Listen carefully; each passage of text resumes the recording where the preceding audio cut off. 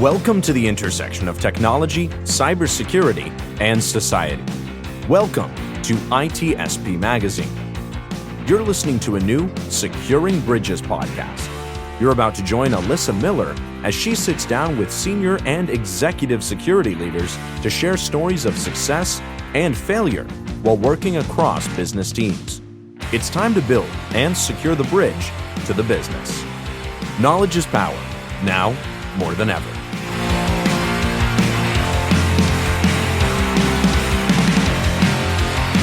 Hey everybody, it's Securing Bridges. I'm Alyssa Miller, and you are here with us once again. That has me super excited. This is episode 42. 42 episodes now we've done on this. That alone is crazy, and it's thanks to all of you because you keep tuning in. So apparently I'm not that boring, and I mean, well, maybe I am, but my guests are awesome, so that's what matters most. If you haven't checked out the other 41 episodes yet, probably should start doing that. But wait until we're done here. Here's a pro tip. If you're going to check out the other episodes, watch them on like 1.2 speed. You'll get through them a lot faster. 1.5, well, I kind of talk too fast for that. So if you're going to listen at 1.5, good luck to you. You're never going to keep up with what I'm saying. But hey, check them out because they're awesome. I have had so many incredible guests, and this week, of course, is no exception. So let's dive right in. It's so good to have you all here. And with me today, I've got Jason Haddix. Jason, how are you? Hey, Alyssa, how you doing? I'm doing well. I am doing spectacular. Well, okay, maybe I'm lying. Maybe I'm not. You guys figure it out. But I'm here. I've got the energy, and I'm ready to rock and roll. So I hope everybody who's watching has at least heard your name once before, maybe twice. I mean, you're kind of a big deal. But, just in case they don't know, can you just introduce yourself a little bit? Tell us, just kind of what you do and who you are. Yeah, absolutely. So my name is Jason Haddix. I am the CISO and head hacker in charge at a company called Buttobot. Before that, I was the CISO at Ubisoft, which is a video game company, make Assassin's Creed and The Division and Just Dance, titles like that. Before that, I was heavily integrated into the bug bounty scene at BugCrowd. And I've been a lifelong hacker, probably in offensive security now for 17 years. The last 7, I transitioned into being more leadership in the CISO role. And I've been, trying to ride that line ever since. And now with my new company doing Red Team as a service, adversarial emulation, and just loving every day of it. So, yeah. I mean, clearly you've resisted the assimilation better than I have because like you're sitting there in the hacker hoodie and I'm sitting here with a freaking blazer on. I love the blazer, actually. My favorite move is the hacker, scene t-shirt under the blazer. That's my favorite move. Yeah, I've done that once or twice myself. Yeah. But today, I'm not going to lie, it's actually the aviation polo. There you go. Hoping that if things clear up, I got to check. Oh, hey, I got green now. I might get to go flying later. Oh, so. There you go. Nice. But cool. So let's talk about that a little bit, actually, because I'm kind of curious. You mentioned being a lifelong hacker. Mm-hmm. Anybody want to question now why I got this guy on my show? I mean, seriously. But no, I mean, how has that kind of been that transition, right? Now, you said it's, like the last 7 years you've been more in leadership, but going from, kind of those technical spaces to more of like an executive leadership role. Yeah. It's really interesting. I think it's a double-edged sword, right? I think that there is massive benefits to it in having someone who comes from that background, being in the leadership chair, being there for the board meetings, being there for, guiding and prioritizing the security program. But you also do lose a little bit of the cutting edge tech chops, right? If I were to say, today I'm the same hacker I was, probably maybe 7 years ago when that's all I was doing, I would be lying, right? So I have to work extra hard in my free time to keep up the technical chops, right? So it's really interesting. It's a really interesting dichotomy. And at first everybody was like, just drop the hacker stuff. Like, you're ready for executive life. Like, you can just go be a CISO and ride off into the sunset and, make whatever CISOs make and be happy. But that's just not my life force. That's not my blood. So It's not your identity. And that's the thing. That's like saying to someone, hey, could you just stop being German now? Yeah, exactly. Yeah. Hell? Yeah. No, that's not how this works. Yeah. But that's like a really important thing that I don't think people realize. I think for folks, definitely for me, and it sounds like for you too, like being a hacker is just, it's who I am. Yeah. It's who you are. It's not something I became. That's actually my favorite question is, how'd you become a hacker? Right. My just mom born that way. Me. Yeah. Yeah. I mean, literally, that's how I got here. So it's interesting because you mentioned too, you're kind of losing a little bit of your tech chops, or you're kind of losing the edge a little bit. What do you do to try to hold on to that, and why do you feel like that's important? Yeah, I mean, a lot of it these days is bug bounty work, right? So free time, bug bounty work. So you do your day job, and then luckily at my current job, I'm designing the service at my current job, evolving, kind of our normal pen testing stuff into more of a red team full holistic flavor. And so I get to do testing during the day actually, which is nice now. It's like 50-50. But before that, when I was in, pure leadership roles, I would have to rely on bug bounty and just having like open scope programs where I was still developing my own tools, still, looking at sites, and, mostly my bread and butter was web hacking. So looking at websites, breaking them down, figuring out where the exploits were or where the misconfigurations were and stuff like that. And it was really important to me, right? Like, I feel like I was quicker on my feet when we had incidents because I knew exactly what was happening. I knew, how to respond. But one of the things I tell a lot of CISOs is like, if you aren't technical enough, to understand, kind of the nomenclature that goes around, hacking and offensive security, have someone good right next to you, because it helps you really prioritize your security program away from the type of prioritization CISOs are taught to prioritize from, which is like, compliance-based prioritization, basically. And so with my hacker, like know-how, I prioritize, at least I put a heavy weight on external to internal. I put a heavy weight on, I know that we're going to be phished eventually, like everything that you would see in a standard red team engagement is so easy nowadays. But many of the compliance standards that we all adhere to these days are not really prioritizing, that kind of stuff. And if you have a limited budget, as a CISO, prioritization is everything in your program. No, oh my God, there's a whole thread going on Twitter right now that I might have picked a fight, if you can imagine that, right, about prioritization of security controls. But it's an interesting point you bring up, because there are a lot of CISOs out there who don't have that perspective, and I don't think that breaks them as a CISO. It's not, but I think if like hackers are like this mystical being to you as a CISO, that's probably problematic. And you should be looking for someone that can, like you said, sit close and bring you some of that perspective. Yeah. Because the compliance stuff is important too. And I sit in a space where I have to think about that every day too. Yeah. And it's hard at times as a CISO to, someone who's got a very hackerish background, to think about that. So how do you kind of balance the two of those, being that you come from that same space, and maybe, sometimes we almost vilify, compliance a little bit?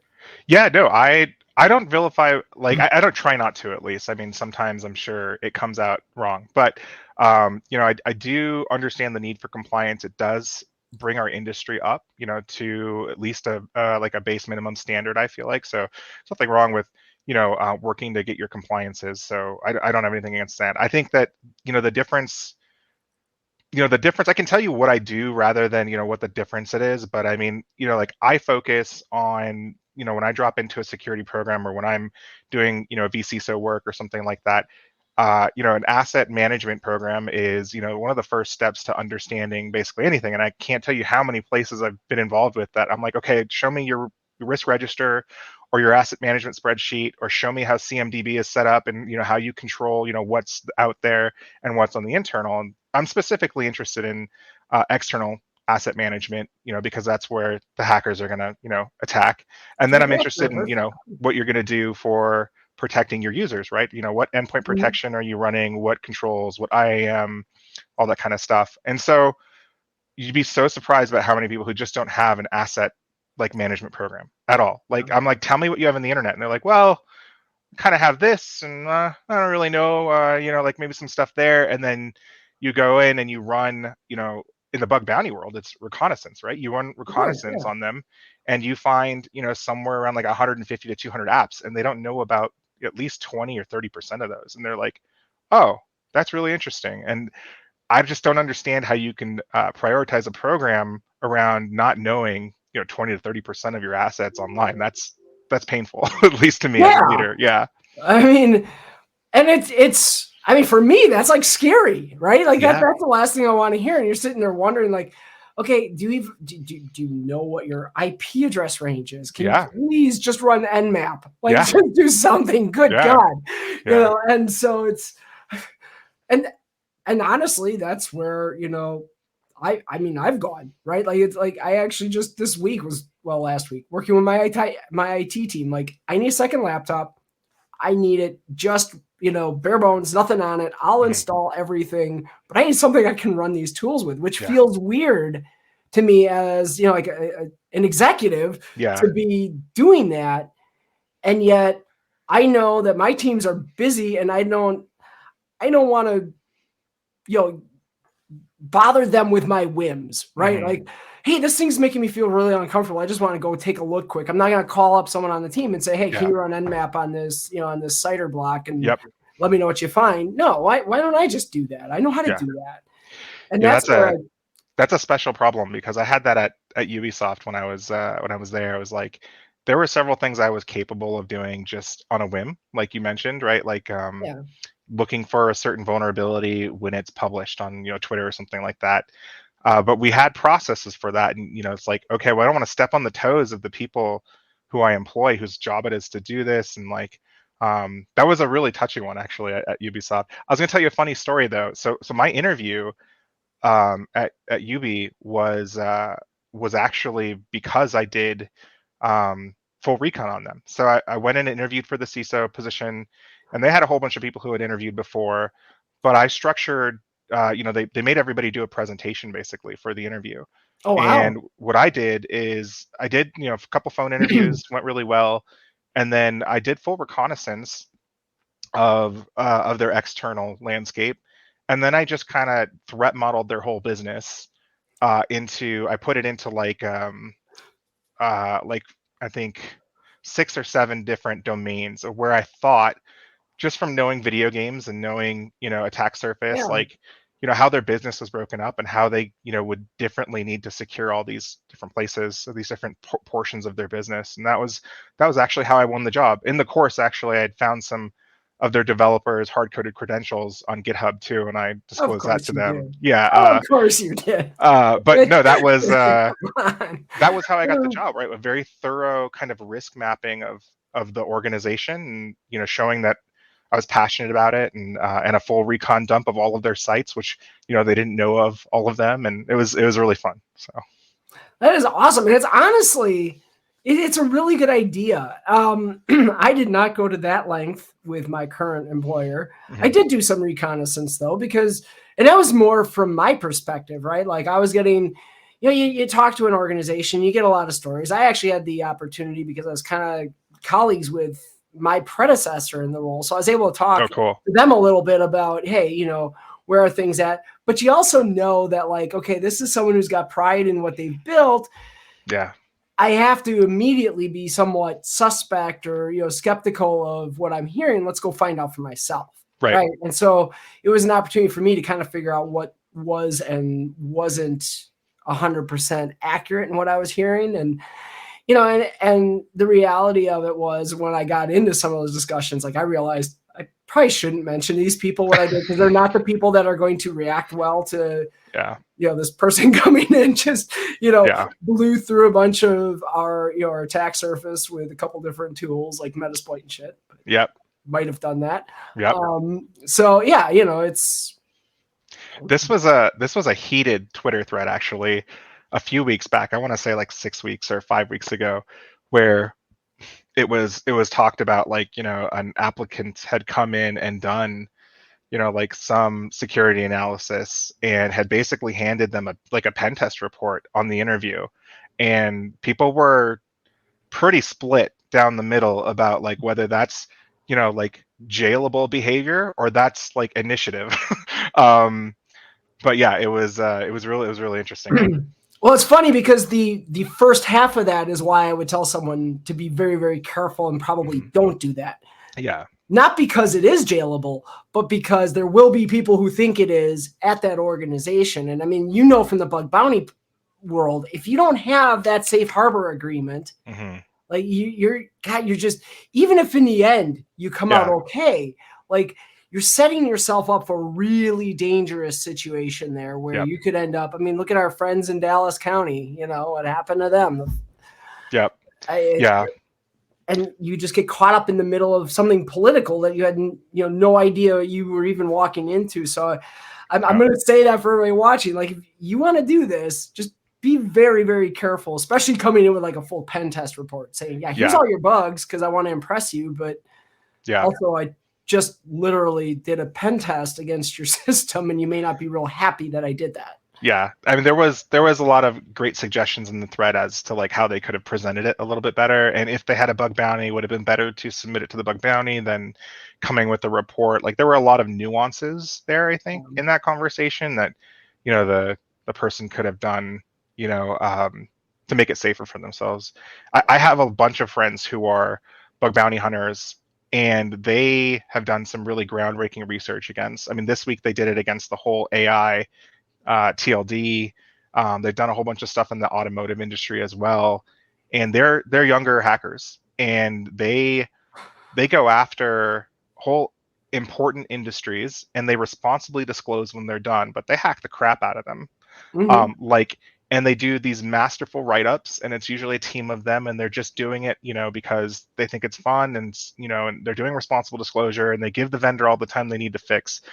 But these are not all companies that have bug bounty programs or safe harbor. And coming from my generation of hackers, that is scary, scary to do.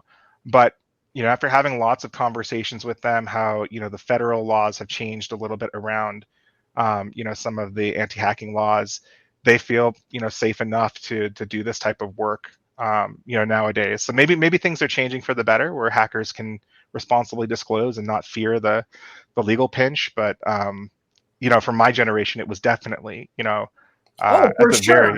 For sure. Yeah. I mean, I remember, I grew up in financial services, and I remember we get those. And to be fair, I mean, you had organizations back then that really kind of made a mess of this. There was a company, fly-by-night company. I want to say they were called like Online Banking Security or something horrible like that. And I remember them sending us, their pen test report of our systems. And no, I didn't react well to it. And I worked in security. Like I appreciated what a pen test means. Yeah. But, if you're going to come in and you're going to try to do something like that, because of course, what they're trying to do is they're trying to get to the people who don't know what they're talking about, who are going to get panicked. And, I mean, I think you're right. Definitely the world has changed a bit since those days. I think, being careful is important. I also think though, it's easy for us in security to think like, oh, we've grown so far because the security industry has, and a lot of industries understand now the value of offensive security and what we do there. But there's still a lot of industries that don't. Correct. Like if you came to my company, if you came to my CEO and said, hey, I just did an unannounced, unendorsed pen test against your environment. Here's all the things I found.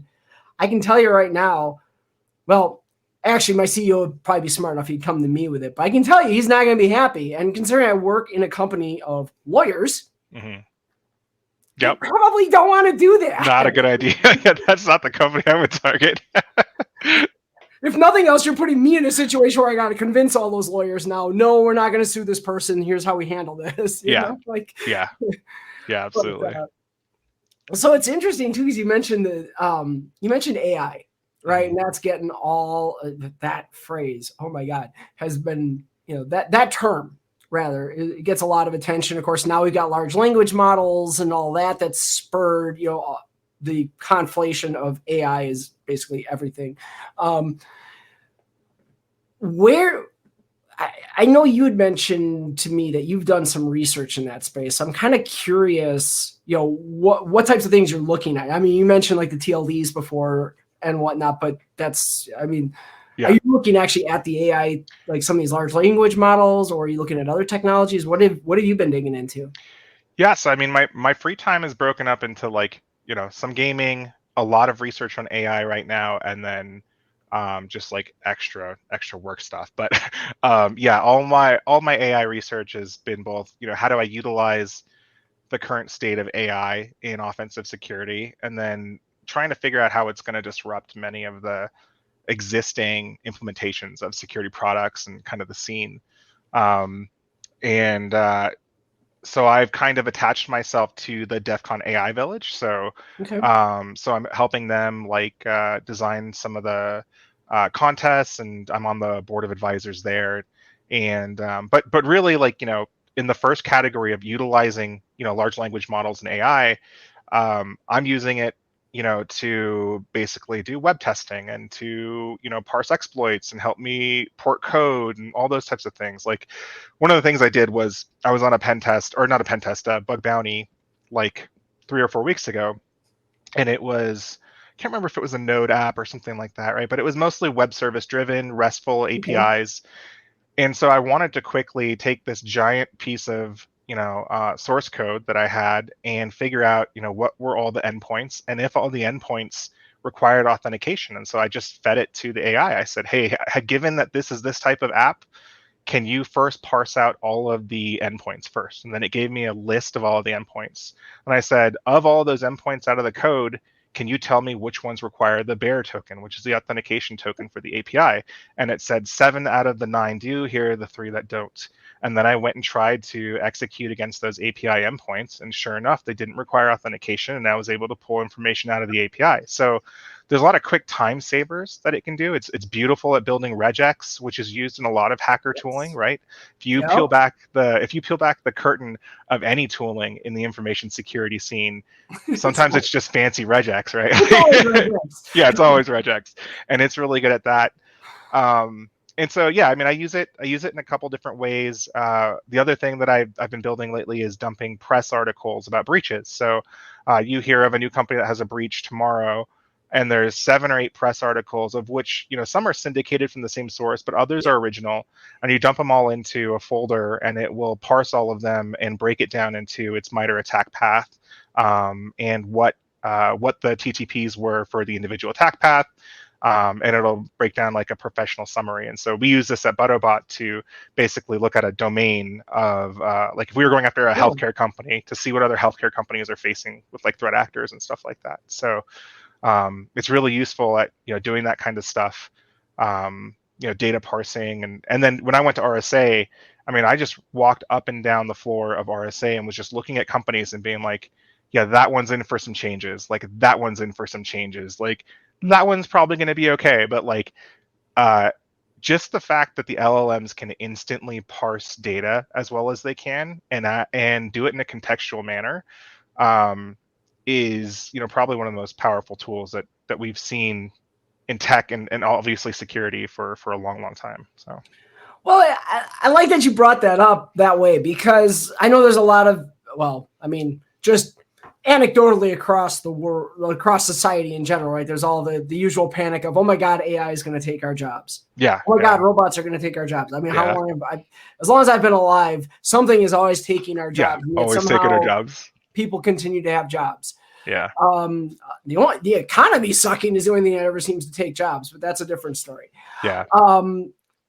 But I've seen people in the security space, particularly security operations, like worried that, oh my God, all of our SOC jobs are going to be replaced with AI. And I don't see that. Do you? I mean, I see a lot of the stuff that SOC analysts complain about in tier 1. Like, yeah, that'll be augmented. I don't even think it'll fully be replaced by large language models and AI, but it'll be there, and it'll be a tool that you use as a SOC analyst, and it might get rid of some of the stuff that you don't really like doing anyway. So yeah, I mean, I think that SOC tier 1, if you want to call it that, gets disrupted a little bit. But I mean, you want to be SOC tier 2 or 3 anyway, right? So I think that, yeah, I think it's just a tool. It's just a tool like everybody, it's a tool like Metasploiter. It's a tool like Nmap or whatever, like you just got to get used to it. It's a little scary at first, but to those people, I would just say, hey, like the superpower is actually getting ahead of it right now and understanding how to utilize the tool, right? I mean, I'm shaving hours off of my day. I've written whole tools in Python that I probably wouldn't have been able to write before, but now, having the, coder Oracle next to me help me write these things, like, I can build like whole new frameworks and stuff. It's pretty amazing what you can do with it, as an assistant. So, get used to using it and you'll have superpowers. And that's, I as an assistant, that's another way to put. I like that even better than tool, right? Because I've been saying like, yeah, it's a tool. It's just another tool. But what it's doing is it's increasing your capability as a SOC analyst. It's not taking your job. It's making you that much stronger, more effective, because you don't have to sit there and parse through just gabs of data. And I mean, now you can take a bunch of alerts, you can feed them through, let the AI do the correlation and spit out, some information to you that now you can action as, the SOC analyst. But you still, I don't see us ever getting away from wanting humans make decisions like that, where you'll need to verify understand what happened, but now what do we want to do? Because what's going to impact the business? There's so much nuance that I don't think this stuff, especially not large language models, is ready to deal with. Yeah, I mean, I think that when we get to like, phase 2 or 3, a lot of people, of whatever AI is in security, a lot of people will try to automate a lot of this stuff. But what they'll come back down to is just there will need to be humans who have contextual knowledge to give a no-go, answer, or yes, no-go answer on security decisions, right? And, given the, maturity right now of some of the models and their, propensity to hallucinate and things like that, or the fact that you can give them the same question several times and they will give back different answers each time, like you're still going to need to have, at least for the foreseeable future, I'm talking about the next 5-10 years, humans in the pipeline, like helping you with those decisions, especially security decisions. So, like I said, I think they are a tremendous tool for being able to answer giant questions across data sets, like you said, right?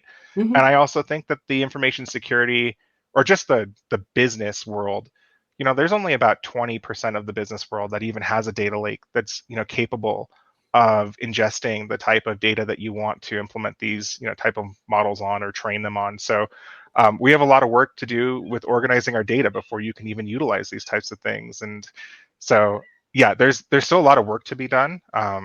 But it's a good time to get into it, honestly. So you're saying we're still kind of data hoarders, huh?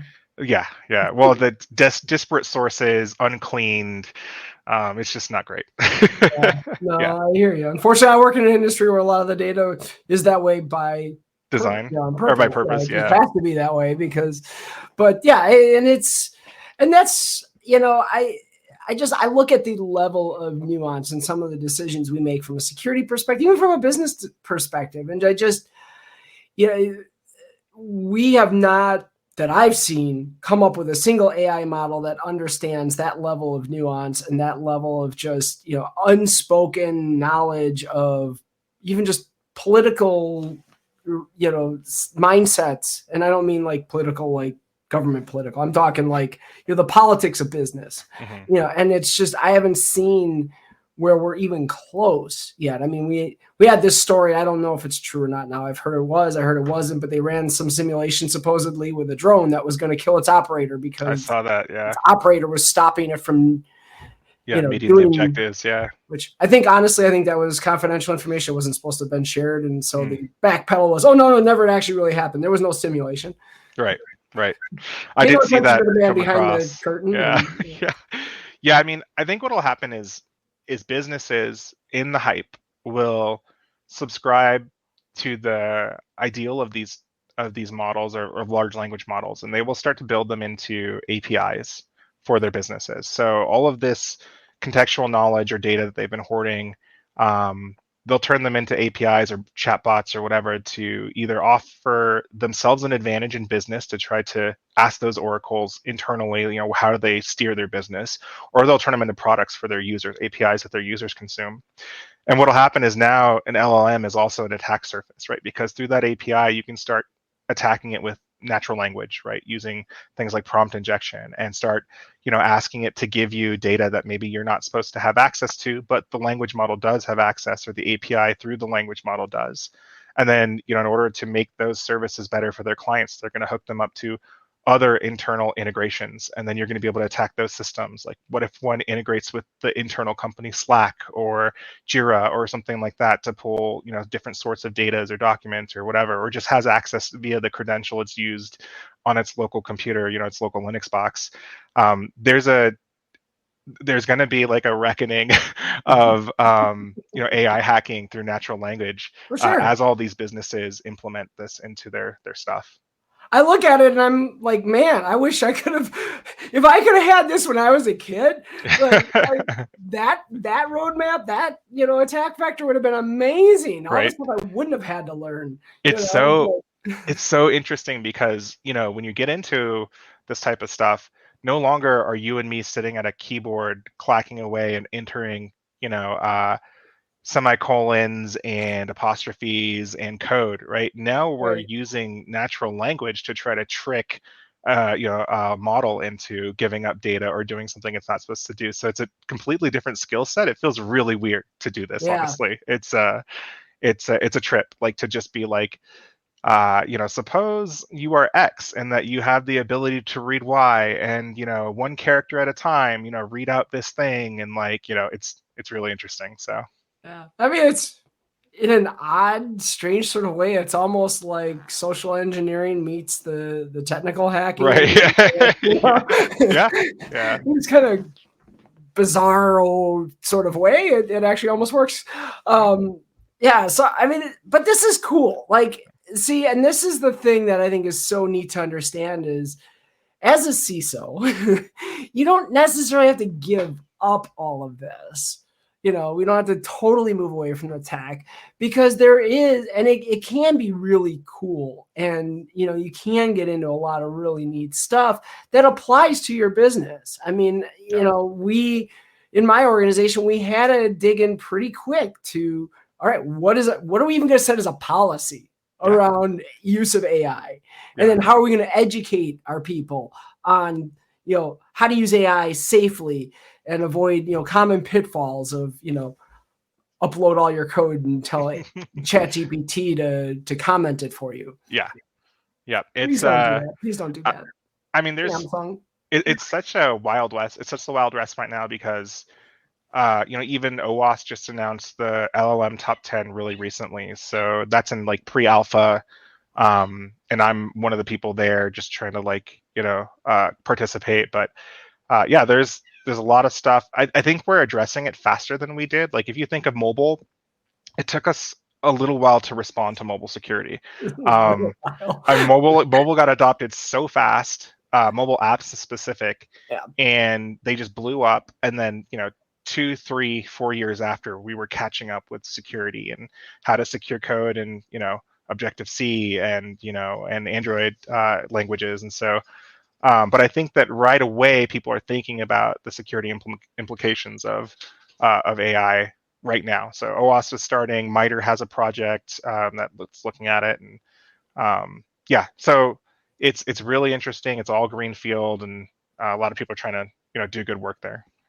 Yeah, and that's actually a promising thing. It is like, maybe we are actually learning something from our past. Yeah. I mean, we do seem to be getting better at getting ahead of the game. And what's more important, what I'm seeing at least, is non-security people are getting better about, this technology looks really cool, but wait, I got to think about this for a minute. And I think we can thank personal assistants, like, the ones from the Smiley Box company and the Half-Eaten Fruit company. And, I mean, it's like, because I think those honestly taught consumers, like, here's some real risks of this stuff.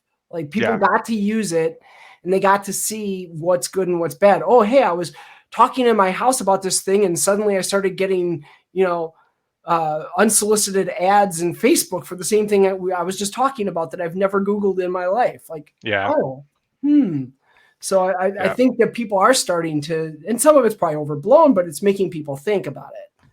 No, I mean, the public is more interested in than they've ever been in privacy and security. I worry that they're just bombarded by, so much of it these days that maybe they don't care about the outcomes as much anymore. But that's another, complete problem. But yeah, I mean, like right. Yeah. I mean, there's definitely apathy when I hear that there's getting like another data breach of a company that I use as my, like insurance or, or my, anything, right? Like anything that everybody uses, subject to a data breach every 30 days or something like that. So there is some apathy in that, but I do think that, we are doing more about it and we push more about it. And there's a lot more press about, security now than there ever was. So it does indicate that we're getting a little bit better for sure. Cool. Yeah. All right. So we're getting down to the end, but I actually want to throw something at you because this will be an interesting question. Sure. Well, I'm interested in your answer. The question is boring, but thinking about everything we talked about, especially, the going from hacker to CISO, and there's a lot of people who, when they start getting into cybersecurity, like they kind of see being the CISO as like the thing, right? That's like the pinnacle goal for them. And I don't know how many think through it or don't, but I know some people have great expectations of that, and some people, kind of don't really understand what that actually means. In light of that, if you heard from somebody who's, maybe where you started, working, maybe they're doing bug bounties today and they don't even, they don't have a day job that's paying them for cybersecurity stuff, but they tell you someday they want to be a CISO. What is your advice to them?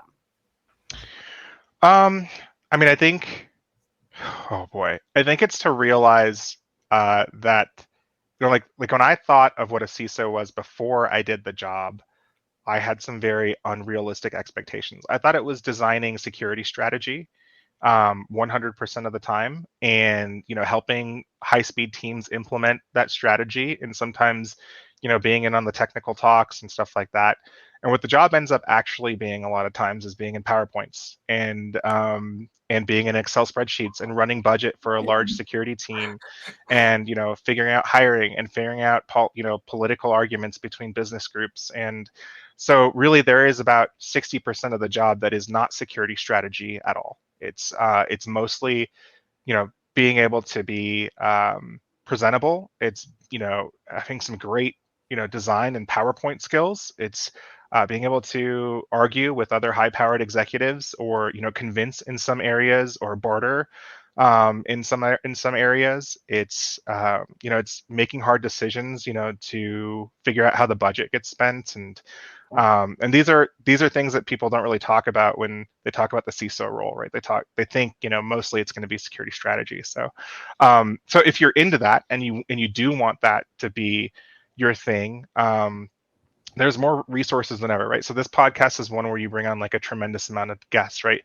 But go parse every single one of the like CISO and executive leader based podcasts that exists out there, and just start taking notes about how these people handle different things.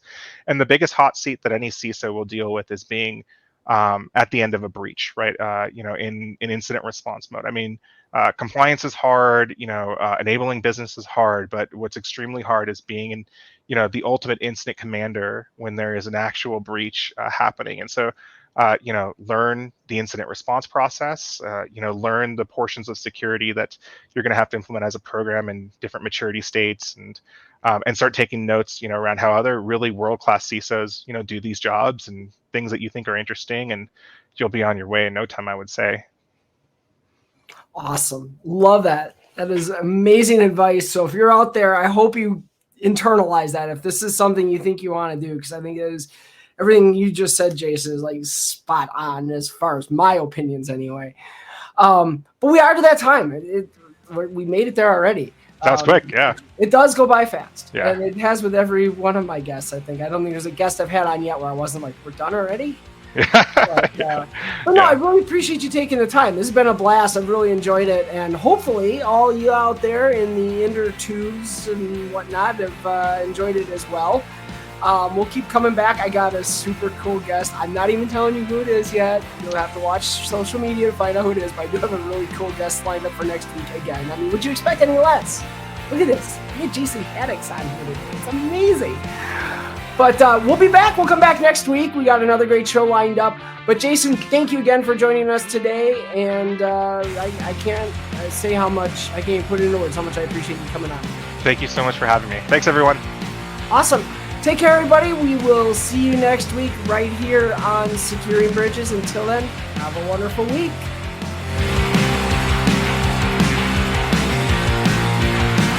We hope you enjoyed this episode of Securing Bridges podcast with Alyssa Miller.